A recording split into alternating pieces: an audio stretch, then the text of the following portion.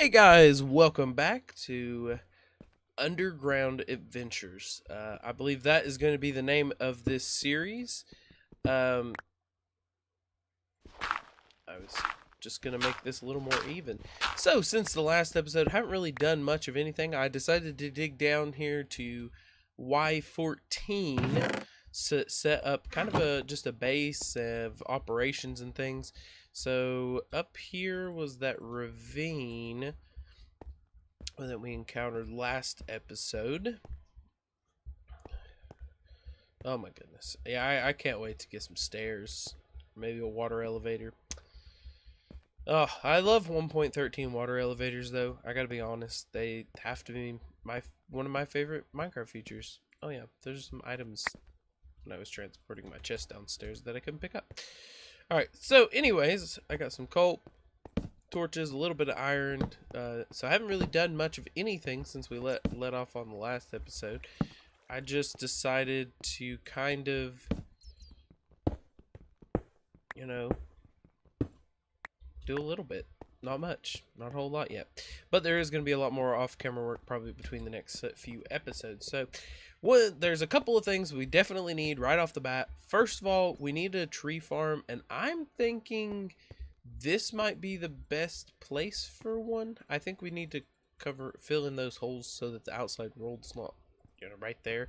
But I think this would just be a little bit easier to clear out to get trees, but I'm not. Yeah, I think this might be the better option, but that is something we definitely need because we do need a constant supply of wood moving forward. I'm just gonna mine this out as I go down. Oh, dirt, yay. So we are going to need a constant supply of wood going forward. The other thing we also need is we need a food source. Currently right now we're just eating whatever meats and stuff that we gathered from when we was on the surface, but that's not really going to last very long. So we need to, and sadly when we was in that village, I don't think I actually tried to get any potatoes or carrots. So wheat, pumpkins, that's pretty much it. That's pretty much what our food sources come down to, or what we can have as our food sources comes down to just that. So I'm gonna make another stone pickaxe because I did find a cave over here, and also just because this is pretty much the only wood I have. I have some birch and some acacia. I'm not actually sure if that's how you say it. Some people say achacha, but I say acacia. But anyways, I did find this cave, so that's kind of what we're going to explore in this episode. We're going to do a little bit of caving, just get some starter resources and everything. I did light up just a little bit in here, just so we wouldn't be instantly harassed by the onslaught of mobs. Oh yeah, also I need to make sure, yeah, I am on normal difficulty. Actually, what are we talking about? I don't know how many times I had to click that to get to the right section, but I'm there now. And I did make an iron pick with the first, 3 iron I had, basically, so that we could get gold and redstone and diamonds and stuff, because, yeah, we need all those resources. So, part of the reason why I decided to dig so far down to start kind of our starter base and everything was... Oh, here's another ravine. Is because that way while we're digging out our starter area and our starter base and everything, we're getting chances to get diamonds and all the resources that basically we need to start out. A little tip, I don't know, everybody always says, of course, place your torches on the right side, but I always say when you come to a split cave like this, if you want to get back, use 2 torches to signify that that's the tunnel you came from. Luckily there's a wooden door right there, so I should be able to figure that part out. But that way that if you come to a split like that, you're not so confused as to which... There I am, not following the right side torch rule. That way you're not as confused, maybe, if you get lost in a cave. I still get lost in a cave. It doesn't matter. I always get lost in the cave. I understand, yes, the torches will be on the left side when you're running outwards, but I'm still gonna get lost. That just helps me. Might help you, might not help you. I don't know. Oh, there was absolutely nothing up there. That was a complete waste of time. I'm gonna gather some coal. So, yeah, so we need a tree farm. I'm thinking instead of building like a massive wheat farm and everything, I do have a plan. Something I needed this cactus for and things. But I actually want to build some micro farms. But I think the tree farm is going to be top priority. It's going to probably the first thing. Actually, it's probably going to be the second thing we build. Let's be honest. Because I am excited to build something. Something I am very excited to build. But we need some things, and we also need slime balls for what I want to build. So probably the tree farm is going to be first. We might have to build just a boring wheat farm at first. But I actually want to create a bone meal farm, basically using cactuses with the composter bins. So if you didn't know, you can use the composter bins, you know, put all whatever items in it, and it produces a bone meal. It's not really wise, like, to use resources that, like, if you're trying to grow wheat with bone meal and you want more bone meal, don't use the wheat that you have to make more bone meal. That just seems silly, and it takes like a couple pieces, so yeah, it's wasteful. But cactus, now of course there is the old cactus farm designs, you know, you just leave them be, they do whatever they want. But with, we're going to use the Ilmango's zero-tick cactus farm design, basically to produce a zero-tick cactus farm, which is like, in his video he actually explains it's like 9,000 cactus power per hour, and I'm not 100% exactly sure how many pieces of cactus it takes to make one piece of bone meal in a composting bin, but if it's like, I think it's probably around 5 or 6, so we should be able to produce, you know, several stacks of bone meal in just a few hours, versus probably having to build a massive cactus farm just to get a little bit. So definitely different. Definitely is something I want to do though. So that way, now of course if we find a skeleton spawner, then that would be great as well. We wouldn't actually even have to do that, but I might still build one of those just because we can also, maybe have the farm to be able to reroute so that we can turn it into an automatic XP farm and stuff, especially if we can get bamboo at some point. Now one of the good things about is when we create an underground villager, we should get wandering traders, and they have some of the things also that we can't otherwise get unless we go on the surface. So that's going to allow us to get some other things that way too once we get villagers and we can get wandering traders. Oh man, I tell you, there's a server I've been playing on, and I really already miss my beacon and efficiency 5 pickaxes versus, you know, just jumping in here with basically nothing. Yeah, if you guys want to see more caving episodes, please do tell me. If you want to be like, yeah, we want to see more episodes where you are caving around and exploring and stuff. But for the most part, I'll probably do most of my mining off camera, especially if I do any strip mining. But I figured since this is kind of our second episode and we're just now jumping into the series, we might as well go ahead and get used to the stone texture because we're going to see it a lot. I'm just kidding. I can't wait to actually start building a base that actually looks half decent. And, you know, but we've got to actually get a couple farms and stuff situated before we start, which we can make those look decent. So there is a ravine that goes right through here, and this is actually very close to our base. We don't have to walk up that giant, what will soon be probably a fleet of stairs to get to it. So I'm thinking that maybe we build our tree farm down here. Maybe I have to remove that lava because, you know, lavas and trees don't mix. I might actually turn the fire tick off, but I'm not sure.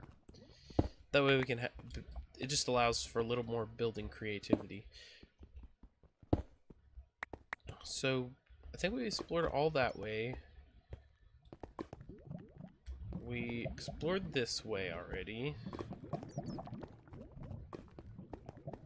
Ah, okay, so there's this turning point here. We actually don't have a bucket yet, so I can't pick up this water, which I would like to. Craft a few more torches. I hear a skeleton. So this cave kind of goes in all weird directions. We might actually end up turning this cave into our first base of operations, our real base of operations, just because we won't have to mine as much. And there's going to be a lot of mining in this series. Oh! I found him.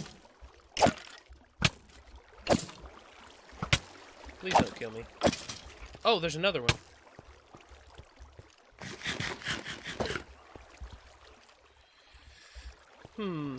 Now I regret not having an iron sword. Is there a skeleton spawner down here? Oh wait, let's actually activate. I was hoping that would help us. I don't really think it did. Doesn't look like there is a skeleton spawner down there or anything. Just two random skeletons living the dream, like skeletons do, wandering around. Oh, abandoned mine shaft? Yes, please. Well, maybe not the poisonous spiders. I don't think I'll be too happy with that prospect. Yeah, I most definitely would not be happy with that prospect, because I have no armor. Hello, creeper. How are you? Well, okay. You know, I do actually support Game Theory's theory about the creepers being spore-carrying creatures. Oh, hello. Yep. No. Nope. Ah, you. No. Nope. Oh no. Oh. Oops. We don't actually have a bed yet. That's not good. Not because we're gonna have a hard time finding our stuff, but because we spawned on the surface. No. Can't collect. We're not gonna collect anything up here. All right. Well, I'll be back with you guys when I either find my stuff or sadly disappointed that I cannot find my stuff. But we'll be back in a moment. All right, guys. Hey, back. I did get back to where our cave is. And now it's a matter of collecting all of our junk. Alright, so for simplicity's sake, because I did a horrible job of trying to block the mobs away from me. Alright. That was actually kind of good. Almost every single item went almost back to every slot it was supposed to be. Almost. We also are very low on torches. Just make a stack of them. Boom. Works for me. Alright. Back to gathering resources. So, yep. So just kind of in this episode, we're just going to be gathering up some stuff. I think in between episodes, though, I'm going to start clearing out, either figuring out where I'm going to build the tree farm and clearing out the room that is needed for the tree farm. And then we'll come back into the next episode, probably building the tree farm. We're not going to do any fancy advanced tree farm, I don't think. Not yet, at least. We probably will later. But for now, we'll just keep it simple and just an area to chop down trees. I want to be able to have, we have 3 different types of saplings. I would like to be able to have a tree farm where we can use any of those types of saplings so that we can grow whatever trees we want to. And also, I just want to state something. Is it just me, but ever since lapis was added to the enchanting, so you have to have lapis to enchant, I feel like it's become more rare. Like, maybe it's just where it's become more valuable, but I feel like it's also become more rare.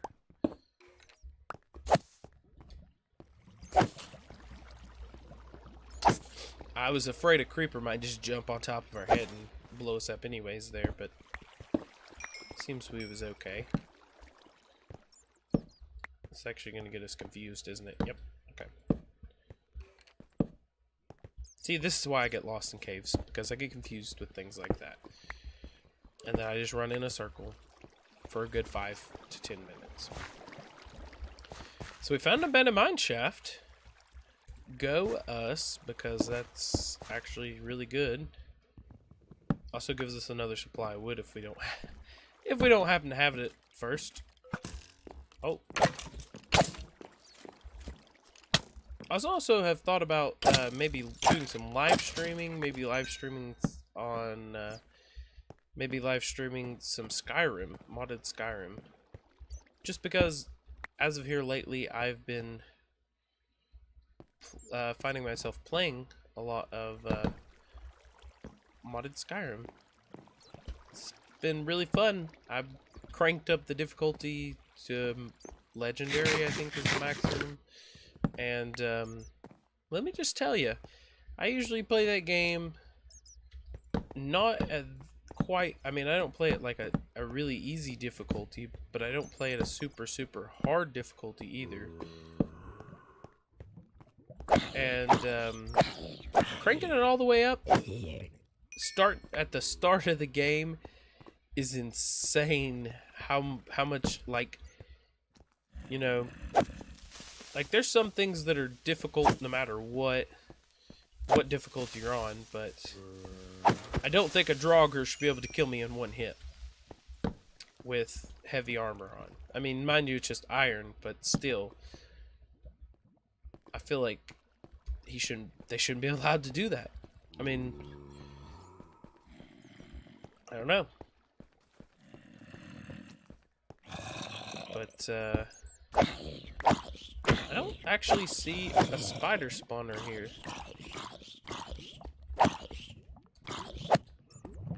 Which I'm not sure if that's a good thing or a bad thing. Probably a little bit of both. But we get us some string. I think I did kill some sheeps on the surface, so we should be able to build a bed and set our spawn. Oh my goodness. What? I thought I hit him enough to kill him. Apparently I did not. Yeah. It's definitely getting dangerous now. Yeah, I don't see a spawner. It's weird. The cobwebs. I thought they had to spawn with a spawner.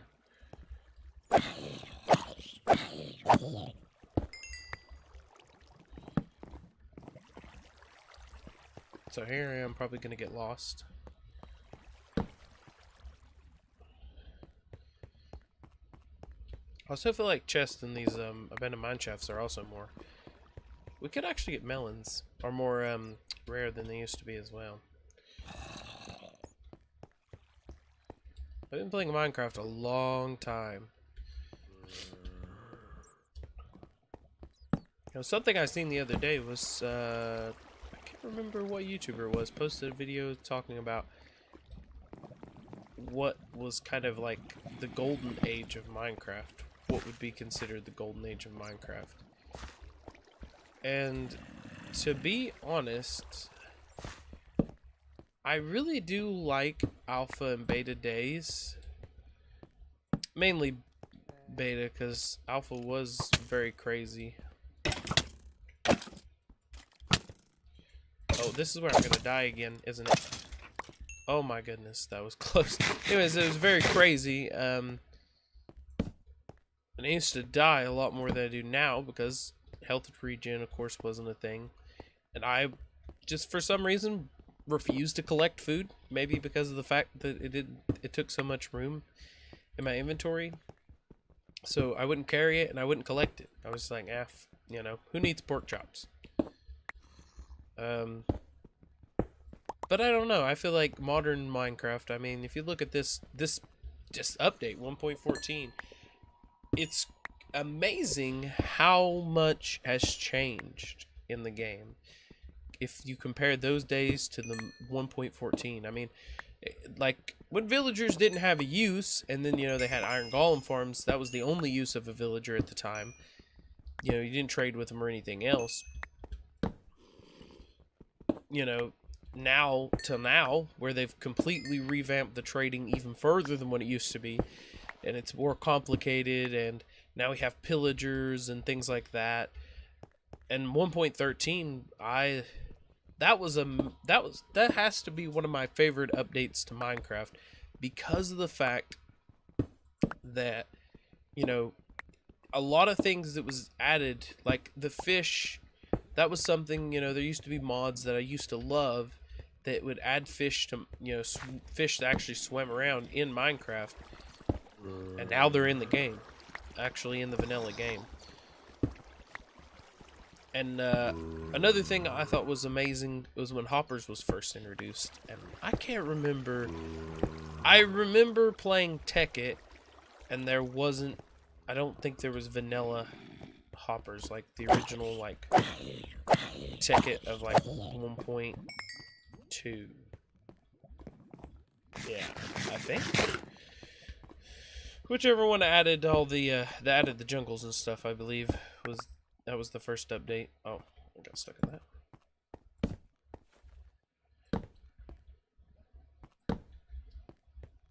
It's a lot of iron here. But yeah, I mean, hoppers was a huge introduction. Like that was something that was a mod, and it basically, for the first time, Minecraft was like truly beginning to be automatable by normal redstone standards. I mean, yes, there was, you could do a lot of different things and everything, but hoppers and then hopper minecarts later on, that really was, and that also actually, I feel like minecarts was such an underrated thing at the time. Like before hopper minecarts, no one used minecarts. I mean, back in the alpha and beta days and stuff, when minecarts was first kind of introduced, and people would build crazy roller coasters and stuff, that was really the only use for them. I mean, they was a lot, but faster than walking because there was no sprinting. But then powered rails and hopper minecarts and TNT minecarts, can't forget those, all that became a thing. And for once, people actually had a reason to kind of play with the minecart mechanics. Then you could make giant super furnace arrays and stuff like that in the vanilla game. I mean, that was what was really, really big. Was like, I've played quite a bit of modded as well.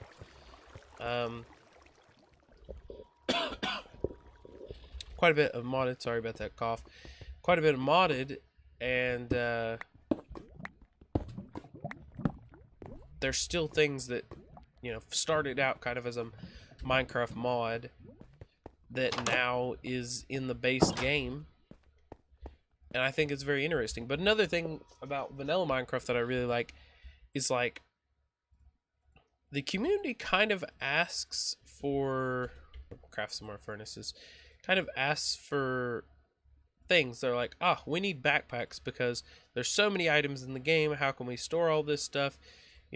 All that stuff.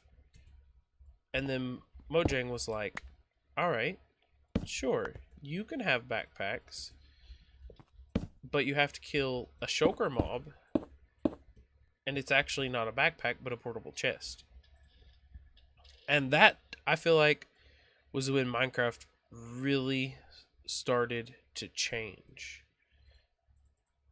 Like, or not like I mean, like, that's one of those things, not so much where Minecraft really changed, but where Minecraft developers really shined, because they don't just release a Minecraft update with what exactly the community entails. Like, nobody asked for the shulker, they asked for a backpack. What did Minecraft do?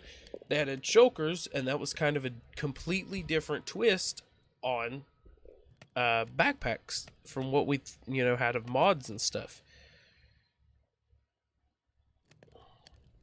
which was really good. I really enjoy that Minecraft has this way of completely changing the way we look at it in a different, like, they don't just add things because the community wants it or Minecraft needs it.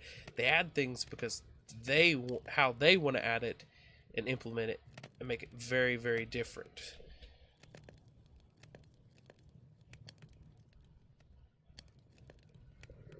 But yeah, I mean, that's kind of my feel on that. Alright, so I think that's a pretty good wrapping up point, I think, for this episode. I'm probably going to start clearing out some space off camera because it's the embedded mineshaft noise. I'm going to start clearing off camera, maybe explore a little bit more of these caves that are like this one that's right next to home, and start clearing out some space for our tree farm. And when we get back in the next episode, we will actually begin to construct that. It's not going to be anything too crazy or anything too fancy, but it's just going to be, and maybe even go for, if we have time, probably go for some sort of farm for food as well. But anyways, if you guys liked this episode and you liked this content, please do leave a like. If you didn't, leave a dislike, and maybe tell me why you didn't like it. I do like to have some feedback on my videos. As well as, if you do, there is more content coming down the road, so please do subscribe. And I am trying to work out a schedule. I'm not going to say we're going to go daily, but I am going to try to get some sort of actual schedule worked out around my full-time job, because as much as I would like this to be my full-time job, but currently right now it cannot be my full-time job. So if you guys did enjoy and everything, please do leave a like and a comment, and please do subscribe. Thank you very much, and we'll see you in the